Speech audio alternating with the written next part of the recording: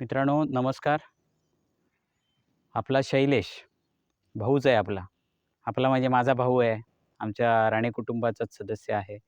ह्याने ह्याला कोणी जे मार्गदर्शन केलं होतं ते चुकीचं केलं होतं. त्याच्यामुळे त्याच्या नजरचुकीने जे काही इथे जे बांधकाम झालं होतं, ते त्यांनी जसा शब्द दिला होता मला, देवाला आणि पूर्ण सार्वजनिक आमच्या कुटुंबातल्या प्रत्येक सदस्याला, की 8 तारीखपर्यंत काढेन. आज 8 तारीख आहे. 8 डिसेंबर 2025 किती वाजलेत आता साधारण? अंदाजे सांग ना. ते 3 3:30 हं, 3:30 चालेल.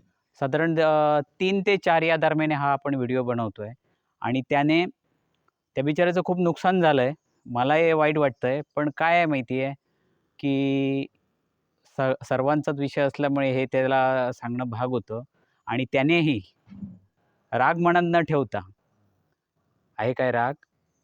हां, तुझ्या चेहऱ्यावर दिसतोय. नाही ना? हां, हां. हसत-हसत त्याने सगळं हे केलंय आणि मी त्याला शब्द दिलेला, की तुझ्या घराचं जे काही स्वप्न आहे, आता हे तो वरचं आहे तो बांधतोय तो.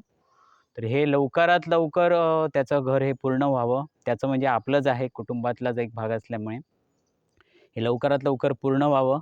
ग्रामपंचायतीने सुद्धा याला सहकार्य करावं. रीतसर ह्याच्याकडे कागदपत्र आहेत आणि ती कागदपत्र घेऊन येऊन तो रीतसर अर्ज करणार आहे.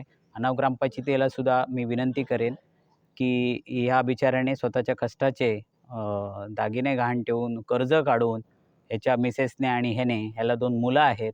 त्याच्यामुळे अ, आमच्या राणे कुटुंबात घरं 100 आणि 200 झाली तरी चालतील. घरांना इथे विरोध नाहीये. फक्त काय आहे, की पुढच्या पिढीला पुढचे सदस्य आपले वाढणार, त्यांना कोणालाच त्रास होऊ नयेत आणि हा आमच्या घरगुती बाब नसून ही सार्वजनिक बाब आहे.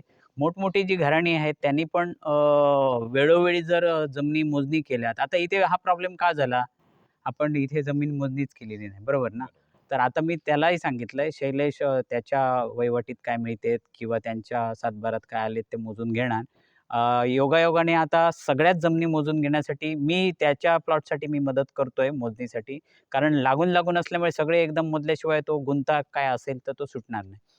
मी पुन्हा एकदा व्हिडिओच्या माध्यमातून शैलेश तुझे आभार मानतो आणि मी तुला शब्द देतोय. त्या दिवशी मी सांगितलं होतं तुला, हो. की हे झाल्यानंतर कुठे काय अडथळा आला तर मी तुझ्यासोबत आहे. आर्थिक बाबतीत मी तुला नाही सपोर्ट करू शकत. पण कुठे टेक्निकल गोष्ट म्हणजे कागदोपत्री काय अडचण आली, ओके, तर मी तुझ्यासोबत आहे आणि